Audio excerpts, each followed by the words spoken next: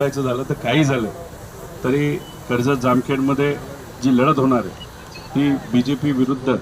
ही आदरणीय पवार साहेबांचा जो पक्ष आहे राष्ट्रवादी काँग्रेस या दोन्ही पक्षामध्ये तिथं होणार आहे। आता मला माहित नाही तिसरी आघाडी होईल नाही होईल, जेव्हा होईल ते आपण नंतर बघू,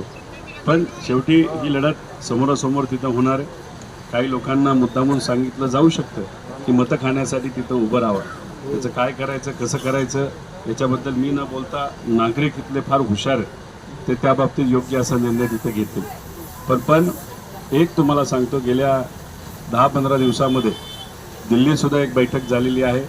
महाराष्ट्रामध्ये या बाबतीतली चर्चा झालेली आहे की काही झालं तरी रोहित पवारांना कर्जत जामखेड पुरतंच ठेवायचं आणि काही झालं तरी रोहित पवारांना अडकून ठेवायचं, कितीही ताकद लावायची झाली तरी लावली गेली पाहिजे। तर आज ह्याला जर थांबवलं नाही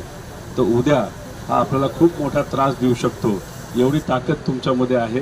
आणि खरं अशा जर 2 बैठका झाल्या असतील, त्या बाबतीतली चर्चा झाली असेल, पुढच्या काही दिवसांमध्ये तुम्हाला सर्वांना कळेल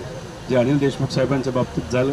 कदाचित राज्यातल्या काही एजन्सीज माझ्या बाबतीत ते करतील, पण मी एक शब्द तुम्हाला सर्वांना देतो, याच्या आधी मी कधी घाबरलो नाही, याच्या पुढं मी कधी घाबरणार नाही। आपण सर्वजण विचाराला पक्के आहोत, स्वाभिमानी लोक आहोत, आपल्या सर्वांसाठी विचार महत्त्वाचे